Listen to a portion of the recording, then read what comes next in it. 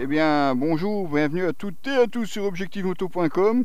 Un essai un petit peu particulier, c'est le premier, en tout cas pour moi, sur cette saison 2020. On sait que la saison a été fortement chamboulée avec tout le confinement, virus et tout ça. Aujourd'hui, je vous présente quelque chose d'original puisqu'on se retrouve chez Zero, donc une moto électrique et pas n'importe laquelle. Il s'agit ici de la SRS Premium, donc la version sportive et haut de gamme de la marque. Et je vais vous montrer aujourd'hui comment ça roule et bien entendu vous expliquer un petit peu tout ce qui concerne cette moto électrique. Alors on est parti. Alors ici c'est vrai qu'on est en mode sport. Je vais vous montrer, il existe différents modes de conduite. Alors vous le voyez, un écran complet LCD 12,5 cm, entièrement personnalisable, enfin en tout cas en grande partie personnalisable, avec toutes les informations dont on a besoin. Vous avez la consommation instantanée, l'état de la batterie, ben oui, ici on l'a rechargé, donc on est encore à 100%, donc vous le voyez ici, la jauge est complète. Vous avez bien entendu la vitesse, le mode choisi, et puis l'autonomie qu'il vous reste, il vous reste ici 202 km. Alors l'autonomie est vraiment calculée en fonction de comment vous avez roulé avant. Et là on revient juste d'un essai, je vais vous le montrer. On a fait un peu plus de 100 km, en partie en mode éco et puis en mode sport pour terminer. Et vous allez voir, elle a réussi les 100 km sans aucun souci. Donc côté autonomie, on donne en général ici aux alentours des 180 km en mode mixte, parce que ça varie énormément de la façon dont vous conduisez. Et à contrario d'une moto thermique, quand vous passez par exemple sur l'autoroute, eh bien ici l'autoroute c'est ce qui pénalise le plus ce type de moto électrique. C'est là où vous allez consommer le plus. Il n'y a pas de récupération d'énergie, ou quasiment pas sur autoroute. Donc c'est vraiment là où vous consommez le plus. Alors qu'en ville par exemple, ça c'est tout à fait différent. Je vais vous montrer, on peut même passer en mode... Vous avez le mode éco, vous avez le mode pluie, on sait jamais, hein. Vous avez un mode entièrement personnalisable. Alors on peut facilement rester en mode route, il n'y a pas de problème, surtout en ville.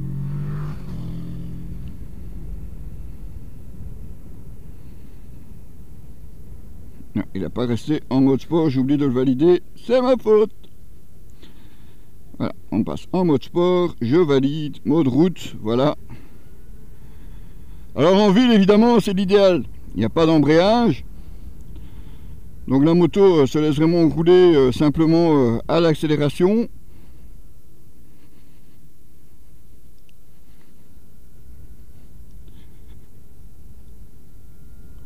Vraiment silencieuse, puisque forcément on est sur une moto électrique.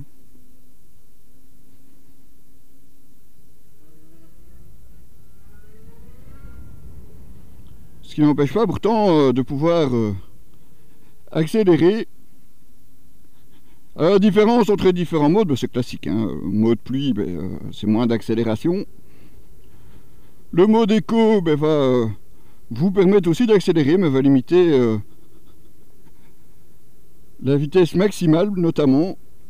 Évidemment, vous permettre de récupérer le plus possible de l'énergie, ce qui vous permet évidemment plus d'autonomie. D'ailleurs, le mode éco est limité quasi à 120 km/h. Bon, on peut aller un petit peu plus haut, mais pas vraiment beaucoup.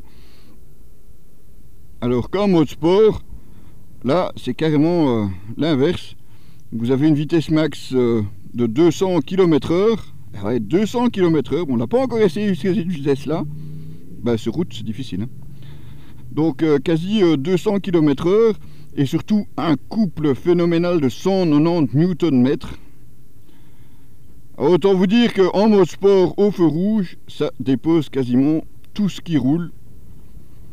Enfin, jusque là, j'ai pas encore eu un véhicule qui peut tenir l'accélération par rapport à cette Zero SRS. Donc vous voyez, en ville c'est très facile. Les bouchons, tout ce que vous voulez, circulation, bon aujourd'hui il n'y a pas grand monde, mais c'est vraiment très facile parce que bon, forcément ça se conduit très très facilement, c'est vraiment surprenant. Et alors en plus vous avez le centre de gravité qui est placé assez bas, notamment avec les batteries évidemment. Donc un centre de gravité assez bas, ce qui vous donne vraiment une bonne maniabilité. Et puis vous avez aussi une tenue, une partie cycle. Je sais pas pourquoi elle met ses clignotants là, madame. Pourquoi t'as tes clignotants qui blip blip? Non, s'en fout. Bon, ok, s'en fout. Et puis vous avez une vraie partie cycle de moto, hein, parce que vous avez une fourche avant inversée Showa de 43 mm. Alors, je ne sais pas si on le voit ici sur la vidéo, mais je vous le montrerai. Il y a les différents réglages détente, compression et pré-contrainte. Donc vraiment les réglages complet de la fourche avant. Vous avez aussi à l'arrière un mono-amortisseur aussi de marque Showa avec un réservoir séparé et là aussi les 3 réglages possibles. On se retrouve aussi avec un système de freinage ABS, double disque à l'avant, un ABS qui varie aussi en fonction de l'inclinaison et donc du virage. On est vraiment sur du haut de gamme. Vous avez même contrôle de traction, contrôle de pression des pneus si ma mémoire est bonne. Et sur le modèle haut de gamme ici, vous avez même les poignées chauffantes. Bon, évidemment, chauffantes, électriques, vous avez compris, l'autonomie risque aussi d'en pâtir si vous les utilisez. Vous avez aussi la possibilité de connecter votre téléphone à votre moto avec évidemment une application dédiée à Zero Motorcycles qui vous permet d'avoir toutes les informations sur l'état de la moto, l'état de la batterie, éventuellement l'état de charge si vous la laissez charger quelque part, mais elle vous permet aussi de retrouver les bornes de rechargement à proximité. Alors, on n'est pas à l'abri non plus d'avoir un peu mal calculé son coût et d'avoir consommé un petit peu de trop. Et là évidemment pas question d'aller à la pompe essence chercher un jerrycan. C'est le souci de l'électrique. Alors même si c'est de moto, la version sport, comme vous le voyez, le guidon est quand même assez relevé, donc ce qui vous fait une position un petit peu plus droite. Je m'attendais à avoir quelque chose de plus sportif, plus penché en avant, mais c'est pas du tout le cas. Donc ça reste assez confortable. Et puis là, rien qu'en mode street, je vous mettrai le mode sport après, vous voyez les accélérations. Alors vous le voyez ici, mais c'est pas vraiment visible, il faut vraiment bien regarder. Vous avez ici une petite barre qui monte. Ça c'est quand vous accélérez et quand vous relâchez, vous voyez, elle redescend en bas. Ça c'est la récupération de l'énergie. Donc ici on va redescendre un petit peu, voilà. Et vous voyez, donc là je récupère. Et au freinage aussi, je récupère de l'énergie. Alors évidemment, c'est pas non plus infini, il n'y a pas moyen de rouler tout le temps et de ne pas consommer d'énergie, mais ça vous permet vraiment, sur des trajets mixtes, de vraiment prolonger l'autonomie de la moto. Il est pas rare d'ailleurs de partir de chez soi et de se retrouver 10 km plus loin avec plus d'autonomie que ce que la moto mettait au début. Alors, je vous disais, l'avantage c'est que la moto elle est quand même très maniable, vraiment facile à piloter. Plus la maniabilité, c'est vraiment très sympa à piloter au quotidien. Alors ouais, je sais, on me dit ouais c'est pas une moto, il n'y a pas de vibration, c'est vrai, ça vibre pas beaucoup, mais là franchement je m'en plaindrai pas du tout. Qu'est-ce qu'on m'a dit d'autre? Ah ouais, il n'y a pas d'odeur. Ouais, ça se discute. Enfin, non, il n'y a pas d'odeur. Mais bon, je cherche pas non plus après une moto qui pue l'essence ou qui pue l'huile. Enfin bon, voilà, c'est pas... chacun son truc, quoi. Hein. Alors on m'a dit aussi, il n'y a pas le bruit. Ah, effectivement, la fameuse problématique du son de ces motos électriques. Vous avez juste le feulement du moteur et les bruits de roulement. Alors est-ce que c'est plus dangereux ou pas? Je dois vous avouer, je m'interroge. Ouais, c'est pas que je suis absolument pro-électrique, bien qu'à conduire ce soit vraiment génial, je me répète. Donc le son, est-ce que c'est un plus ou un moins? Je veux dire, j'ai été dans le trafic, sur le ring, vous allez voir. Et ouais, c'est vrai qu'il n'y a pas moyen de donner un coup de gaz, il n'y a pas moyen de se faire plus entendre qu'à part avec le klaxon éventuellement. Mais je suis pas convaincu que par rapport à une moto d'origine, et vu l'insonorisation des voitures actuelles, je suis pas convaincu qu'on y gagne grand chose, ou qu'on y perde beaucoup plutôt. Parce que les voitures sont tellement bien insonorisées, les motos actuelles plutôt aseptisées, elles qui ne font pas vraiment beaucoup de bruit. Je sais pas franchement si s'il y a une grosse différence.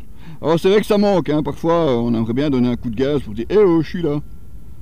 Bah là ici, c'est pas possible évidemment. Assez bonne suspension, un petit peu ferme mais c'est pas mal, hein. Ça, très bonne tenue de route du coup.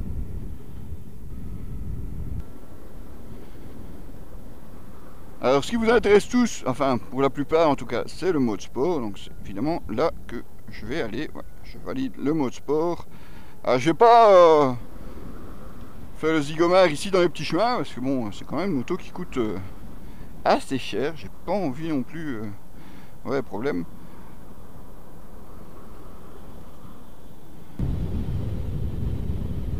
Allez, sérieux, vous voulez que je vous montre?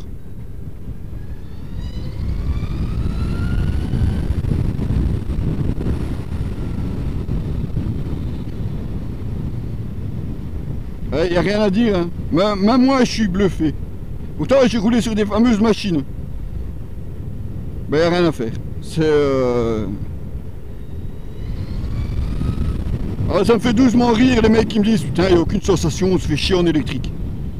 Non sérieux, tu déconnes ou quoi? T'as jamais essayé une moto comme celle-ci? Non, c'est pas possible. C'est pas possible.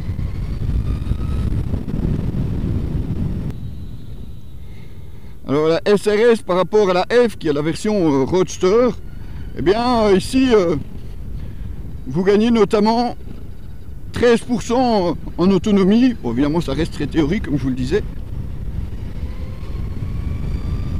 Par contre côté poids on est quand même ici à 229 kg.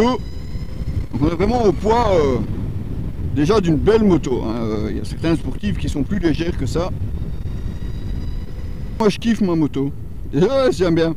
Bon, je l'ai que pour une semaine évidemment, hein, comme d'habitude. Puis bon, après c'est vrai que le prix, ouais, un peu plus de 21 000 € pour cette version premium, sans les options power tank pour avoir plus d'autonomie ou chargeur rapide. Donc de base premium, on va dire un peu plus de 21 000 €. Ah, même si vous avez une contribution de l'État, je pense qu'ici en Belgique ça doit être 2 000 €. Ça vous fait quand même 19 000 €. Ah, ça reste un budget. Alors c'est vrai que vous n'avez pas d'entretien. Enfin bon, il y a les plaquettes évidemment, il y a une courroie. Mais bon, ça veut dire que c'est pas une chaîne, donc ça s'use pas non plus autant qu'une chaîne moto. Vous avez les plaquettes de frein, mais ça reste forcément. Mais il n'y a pas de moteur thermique, donc pas de filtre à remplacer, pas d'huile à remplacer non plus, pas de bougie, pas de soupape, enfin rien de tout ça quoi.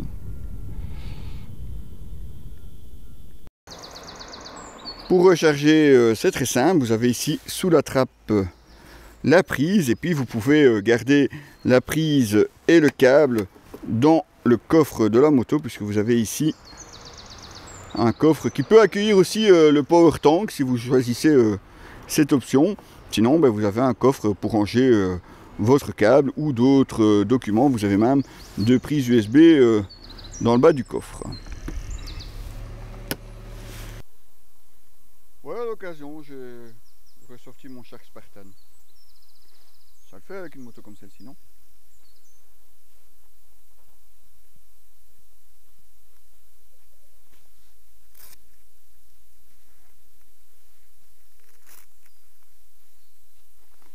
Et puis bon, l'autre côté pratique, c'est que voilà, tu remontes la batterie, c'est ok, t'as plus qu'à rouler. Si tu tournes la poignée, et ben tu démarres, tout simplement. Et puis ben voilà, ça fait pas de bruit. Bon, c'est un avantage, un inconvénient, tout dépend un petit peu de comment vous voyez les choses.